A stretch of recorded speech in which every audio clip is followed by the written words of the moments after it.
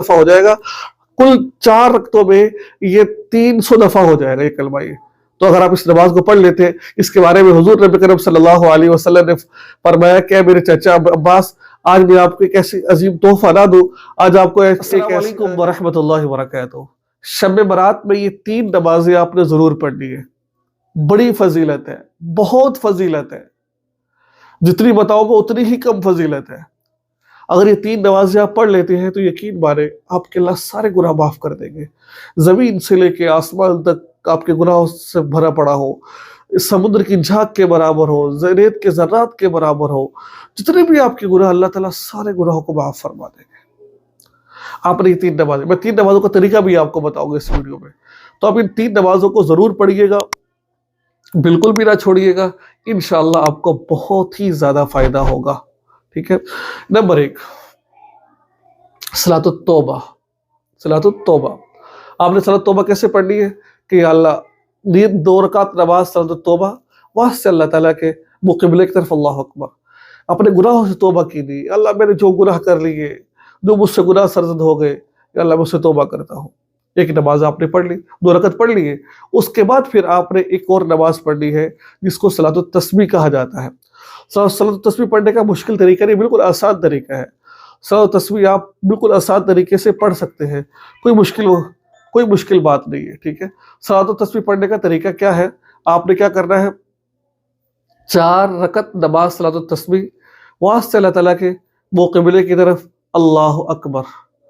قبلے کی طرف اللہ اکبر آپ نے پڑھ لیا، آپ نے کہہ دیا اللہ اکبر، آپ نے کہا، کہنے کے بعد آپ نے کیا کرنا ہے،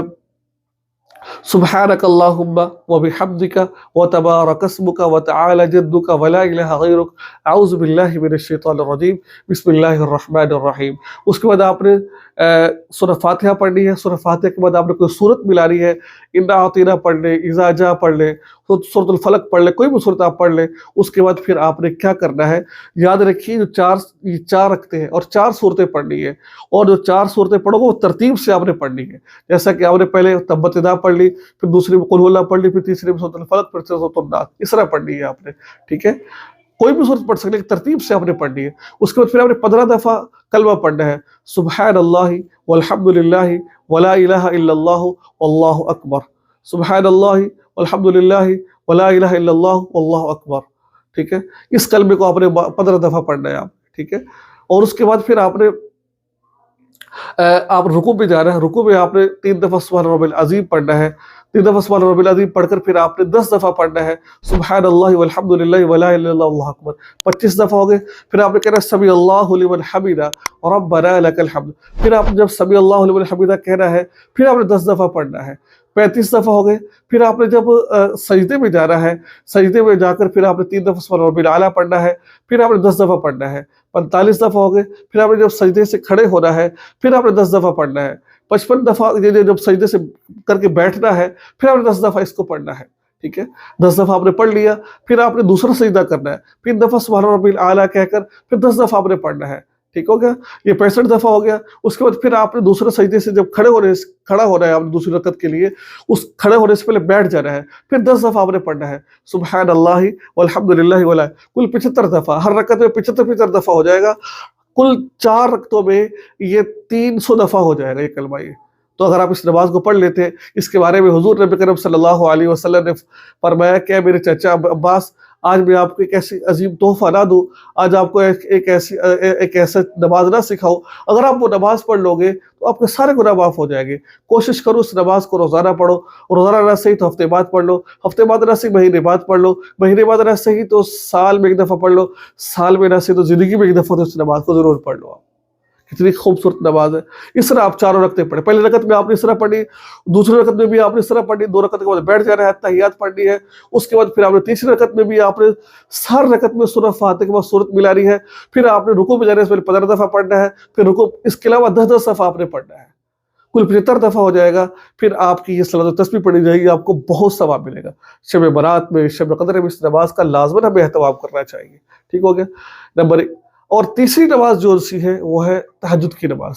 آپ کوشش کیجئے عشاء کی نماز پڑھیے، عشاء کی نماز پڑھنے کے بعد آپ صلاۃ التوبہ پڑھ لیجئے، اس کے بعد صلاۃ التسبیح پڑھ لیجئے، اس کے بعد کچھ قرآن پاک کی تلاوت کر لیجیے، اللہ سے گر گڑا کر مانگیے، 1.5 سے 2 گھنٹے میں آپ فارغ ہو جائیں گے، ٹھیک ہے، 8:30 نماز 11 بجے تک فارغ ہو جائیں گے، اس کے بعد سو جائیں گے آپ، پھر آپ جلدی اٹھیے، جلدی اٹھنے کے بعد تہجد کی نماز آپ اس وقت بھی پڑھ سکتے ہیں، آپ عشاء کے بعد صبح صادق سے پہلے جب مرضی پڑھ، لیکن افضل جو وقت ہے وہ صبح کا وقت ہوتا ہے، صبح صادق سے پہلے جس وقت آپ سحری کر رہے ہوتے ہیں، آپ اس وقت تہجد کی نماز پڑھیے آپ، اور تہجد کی نماز یہ بہت عظیم نماز ہے، بہت پیاری نماز ہے یہ، آپ اس کی 2 رکعتیں پڑھ سکتے ہیں، 4 پڑھ سکتے ہیں، 6 پڑھ سکتے ہیں، 8 پڑھ سکتے ہیں آپ اس کی نماز، اور پڑھنے کا سمپل سے طریقہ یہی ہے کہ اللہ 2 رکعت نماز تہجد پڑھ رہا ہوں، اللہ اکبر،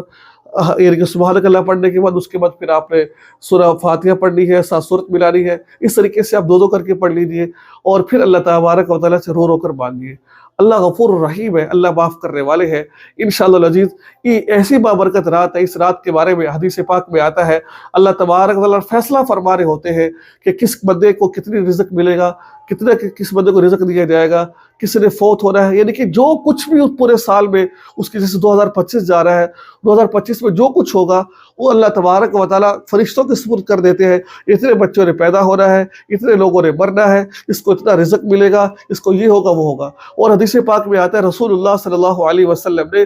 زندگی کا سب سے لمبا سجدہ غالباً اسی رات میں کیا۔ حضرت عائشہ صدیقہ رضی اللہ تعالیٰ عنہ فرماتی ہے، میں نے اللہ کے نبی کو بستر پر نہ پایا، میں ڈھونڈنے کے لیے نکلی تو جنت البقیع میں آپ صلی اللہ علیہ وسلم موجود تھے، اور فرمایا اے عائشہ، مفہوم عرض کر رہا ہوں، اے عائشہ یہ اتنی بابرکت رات ہے، اللہ تبارک و تعالیٰ آسمان دنیا پر آ جاتے اور اعلان کر رہے ہوتے ہیں کہ ہے کوئی مجھ سے بخشش مانگنے والا، ہے کہ مجھ سے رزق کی تنگی دور کروانے والا، اور ہم لوگ سو رہے ہوتے ہیں۔ تو ہمیں ان چیزوں کی فکر کرنی چاہیے ہم لوگوں کو، ٹھیک ہے۔ اور اس کے بعد آتا ہے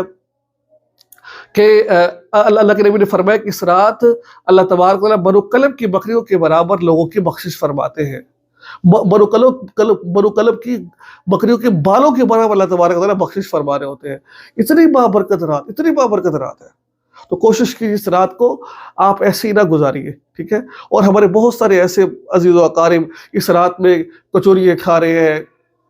وہ کیا کہتے ہیں کچھ کر رہے ہیں، کوئی کچھ کر رہے ہیں، بھائی اس رات میں یہ چیز فضولیات کام نہ کریں، اس رات کو صرف عبادت کریں، فیصلے کی رات ہے، جب آپ کو امتحان ہونے والا ہوتا ہے، فیصلہ آنے والا ہوتا ہے، تو آپ کیا کر رہے ہوتے ہو؟ استغفر اللہ سبحان اللہ، استغفر اللہ سبحان اللہ، تسبیحات کر رہے ہوتے ہو۔ اس طریقے سے میرے بھائیو دوست اور بزرگوں، اس رات کو ضائع نہ کریں، اس رات کو اللہ تبارک و تعالیٰ سے خوب گڑ گڑا کر مانگے، خوب رو رو کر مانگے، اپنی بخشش کروائے، اللہ تعالیٰ کے سامنے جو انسان اپنی حاجت کو رکھے، اللہ تعالیٰ بڑے غفور الرحیم ہے، اللہ تعالیٰ معاف فرما دے۔ آگے پھر رمضان المبارک کا بابرکت مہینہ بھی آنے والا ہے، اس بابرکت مہینے کی تیاری بھی کیجیے آپ لوگ، تو اللہ اگر آپ ان معاملات کو لے کر چلیں گے تو انشاءاللہ العزیز آپ کو بہت زیادہ فائدہ ہوگا۔ اور تنہائی میں عبادت کیجیے، چلے جائے کہ مسجد میں چلے جاتے ہیں، وہاں پر لوگ ہوتے ہیں، عبادت میں مزہ نہیں آ رہا ہوتا، تو یکسوئی سے کمرے بیٹھ جائیے جہاں کوئی بھی نہ ہو، اللہ کی عبادت کیجیے، اللہ سے خوب رو رو کر مانگیے، اللہ تعالیٰ سے دعا اللہ تعالیٰ آپ سب کو عمل کی توفیق عطا فرمائے اور ہم سب کو راہ راست پر لے کے آئے۔ السلام علیکم و رحمۃ اللہ وبرکاتہ۔